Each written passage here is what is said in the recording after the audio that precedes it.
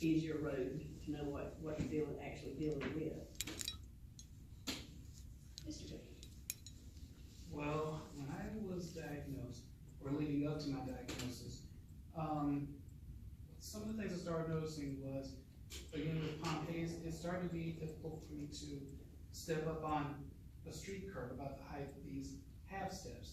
And I could do it, but instead of like how you normally just put one foot over the other, it's almost like I shifted my entire body, like just in order to step up on it. Then instead of doing the regular motion of one foot, the next foot, it's like one foot, bring the other one up, one foot, bring the other one up. And as time goes by, you slowly compensate for these things, and you don't really think about it so much. And then there was times where I would trip over absolutely nothing. Didn't understand why. Later on, come to find out my calf muscles were shorter than they should have been, which makes your toes point down. And almost anything on the ground, any hump, indentation, carpet fibers, catch that toe, now you're down. Speaking of being down, the other thing I noticed was when it was time for us in gym or PE to do something sitting or to stand up, I always was having to use my hands. I took martial arts for a while. When I was in continuous to go, one of the major components is kicking, and if you're getting up from any maneuver that requires you to be lower on the ground, or let's say you have to recover, put your weight on your feet and don't push up with your hands. They can get swept from under you, you can get injured again, your legs are stronger. There's a way that you can sit, and I don't know if this is the politically correct term for it anymore, but I'm old school. Good. I knew somebody was like, old school. But you sit Indian style, there's a way that you can cross your feet, hold the other person's hand, and you can pull each other up if both of you have the strength to do it. I never could.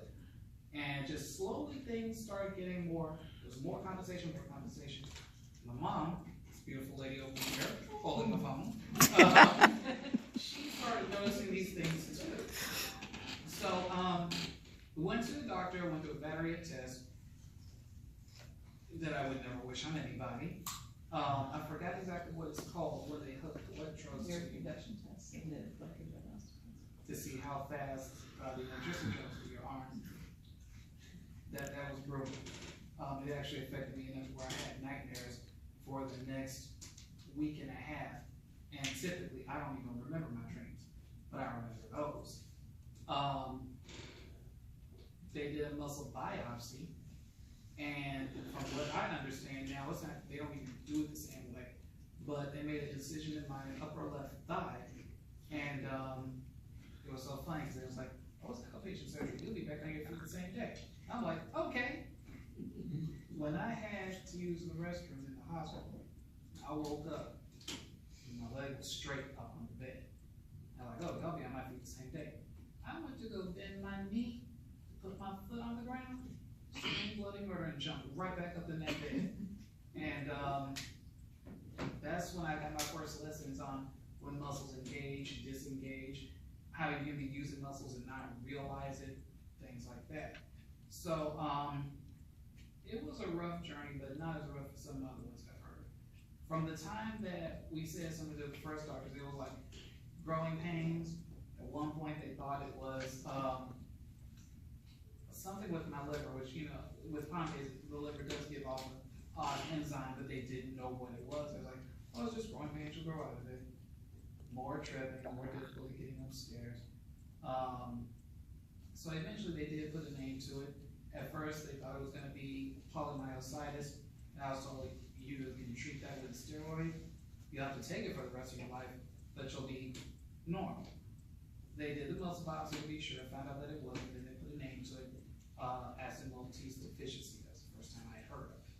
And after that, they was like, at the time, he was like, no cure, no treatment, life expectancy is 40, and I'm like, okay, just walk out of his office.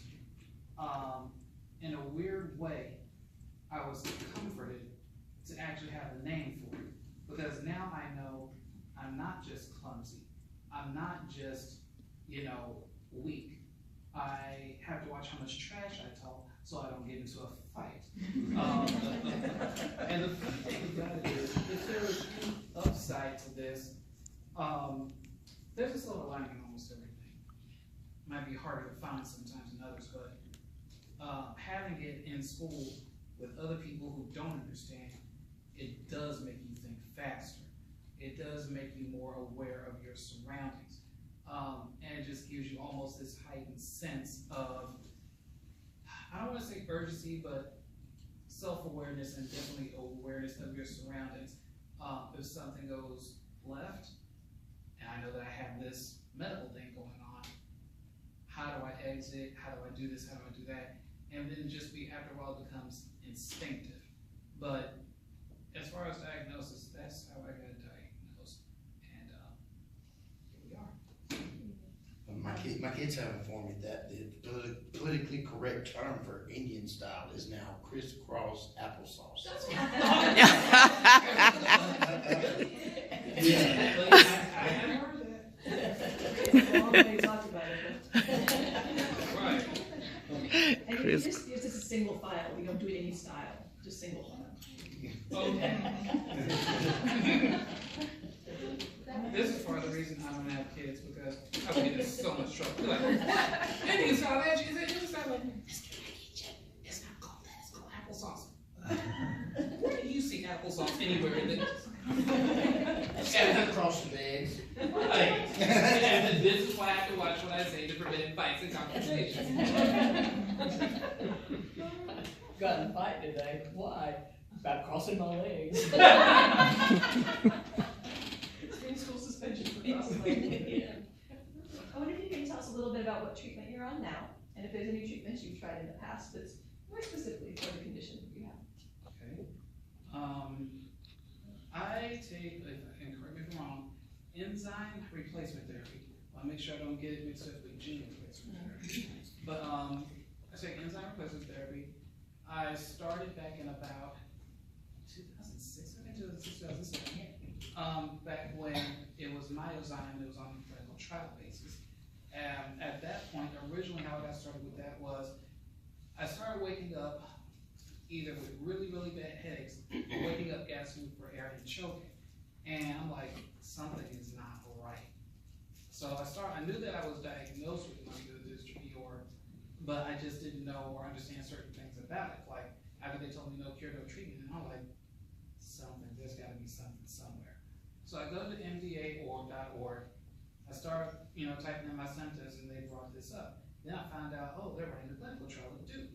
So I contacted them, and they actually called me back and they said, how far are you from Emory? It's like, 30 minutes. And they said, we could just do the medication and have you infused there. So originally it was done in Winship Cancer Center, and I will say this journey gives you perspective.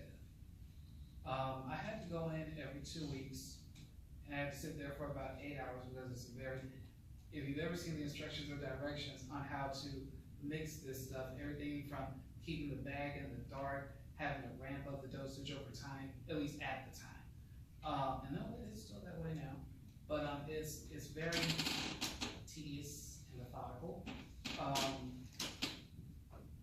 Having to sit in a cancer ward, you look at yourself and you're like, maybe it's not so bad. I sat next to this young girl, well, she was about, she was college age. And I'll never forget her because whatever it is that she had, her medication actually hurt her just about as much as it helped.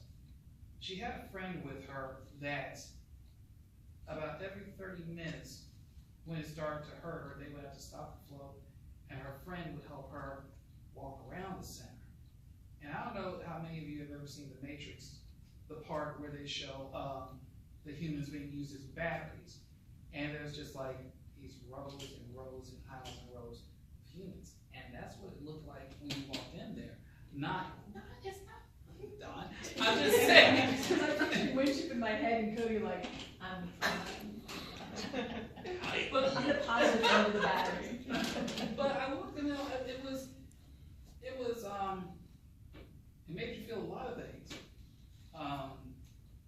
go ahead and say it was depressing. On one hand, it makes you thankful that you're not in that situation, but on the other hand, you feel something for the people that are. And that's the time I found out what chemo and radiation for cancer really does to a body. And you just, or at least I just pray for them and hope for them. And then I realized it was me tripping over stuff. I could still get myself up at that time. It was difficult, but I could. My medication didn't hurt me. It just makes you thankful. So as far as treatments are concerned, back in 2016, I attempted to go onto a clinical trial for Amicus, and that just didn't go too well. There was nothing wrong with Amicus or any of the staff. It's just that the criteria that they wanted for it, I didn't meet because they wanted a 6-minute walk test. And I failed at that. I would have had that walk, if I recall correctly, 3 times faster than I actually was. And I failed the breathing capacity test, the pulmonary function test. And lung capacity just wasn't there. Dr. Wilcox, I hadn't even met him in person yet, but he has looked at my records and said no, because they shifted the treatment from Emory at the hospital, and it was like, okay, you could do it at the clinic now. Dr. Wilcox said that the way my stats looked, because I would be there at the clinic, if I was to do something like go into anaphylactic shock, stop breathing, so he was like, we can't save you fast enough. And the only way I would allow you to do this is to be intubated every time you did it.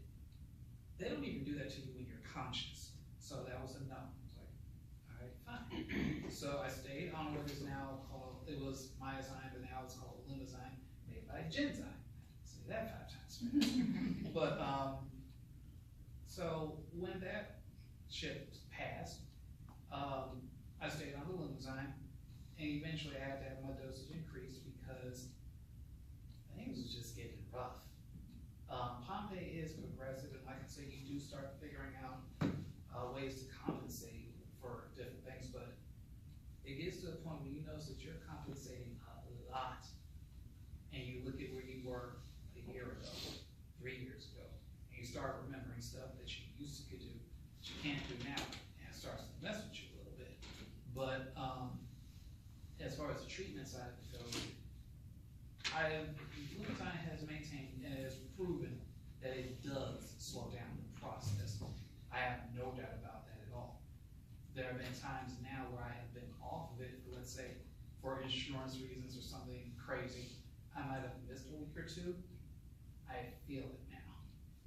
If I stay off of it too long, some abilities get lost and they don't come back when I go on it. So that's my treatment story. Sorry to be so long. Michael? You haven't let me get to a good story yet.